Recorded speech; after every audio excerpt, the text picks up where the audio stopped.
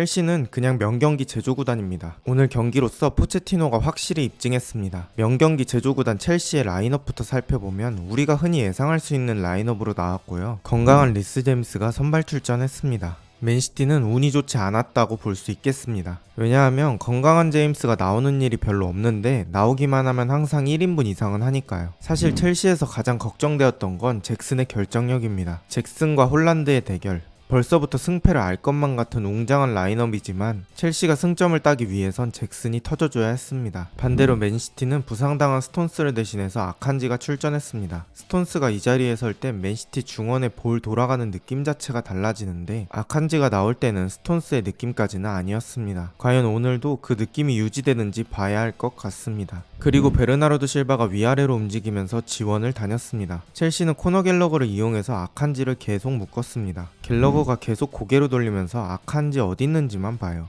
여기서 갤러거라는 선수의 장점이 드러납니다. 갤러거는 든든한 체력을 바탕으로 왕성한 활동량을 가져가는데 이런 특성이 공격할 때뿐만 아니라 수비할 때 상대의 볼줄기를 막는데 잘 사용됩니다. 양팀 다 전반에 가드를 올린다기보다는 가드 내리고 서로 잽과 훅, 스트레이트를 날리는 양상으로 진행되었습니다. 그러던 와중 쿠쿠렐라가 홀란드에게 백허그하며 PK를 내줍니다. 홀란드는 PK를 놓치지 않았고 맨시티가 1대0으로 앞서갑니다. 분위기가 맨시티 쪽으로 넘어갈 수도 있는 찰나에 첼시는 코너킥 기회를 맞습니다. 이 코너킥에도 첼시 선수들의 디테일이 숨어 있습니다. 선수들이 퍼져서 자리에 가 있는 것이 아니라 일자로 3명이 들어가기 시작합니다. 그 이유는 이렇게 들어가야 맨시티가 맨마킹하기 어렵습니다. 3명의 첼시 선수들이 순간적으로 흩어지기 때문에 맨시티 선수들은 누가 누굴 맡아야 할지 약속하기 어렵죠. 순간적으로 맨투맨의 혼선이 생기니까 킥만 잘 들어온다면 좋은 기회를 맞을 수 있는 첼시입니다. 코너 갤러거는 중앙 쪽에 맨시티 선수들이 많으므로 짧게 잘라줍니다. 정확하진 않지만 이건 약속된 코너킥일 가능성이 매우 높습니다. 제가 그렇게 본 이유는 엔조가 앞쪽으로 가주면서 수비를 빼주고 쿠쿠렐라와 파머가 저 표시한 공간으로 맨시티 선수들을 못 가게 하려고 엄청나게 애를 씁니다. 그리고 갤러거는 거기에 공을 넣어주고 티아고 실바는 말 그대로 무혈 입성이 가능하게 됩니다. 티아고 실바가 저 공간으로 올라온 코너킥을 반대편으로 꺾으며 실점한 지 3분 만에 1대1을 만듭니다. 지금도 갤러거는 아칸지한테 껌딱지처럼 붙어다니며 로드리가 독박 빌드업을 하게 만듭니다. 스톤스와 로드리 둘이 있을 땐 시너지가 나오면서 빌드업이 정교해질 때가 많았는데 로드리의 시너지를 줄어들게 만듭니다. 또 오늘 경기는 첼시와 맨시티 양팀 윙어들이 정말 눈에 띄었는데요. 맨시티엔 포든, 첼시엔 스털링이었습니다. 특히 전반전에 맨시티는 포든을 선봉장으로 한 오른쪽 공격이 엄청났죠. 펩은 포든이 공을 잡으면 항상 알바레즈의 지원을 지시했습니다. 지난 맨유전에 그릴리시 베르나르도 실바가 그랬던 것처럼 말이죠. 포든이 공을 잡자마자 알바레즈가 돌아주면서 포든에게 선택지를 2개 줍니다. 포든이 알바레즈를 주는 척하면서 슛각을 만들고 왼발 슛을 하는데 깻잎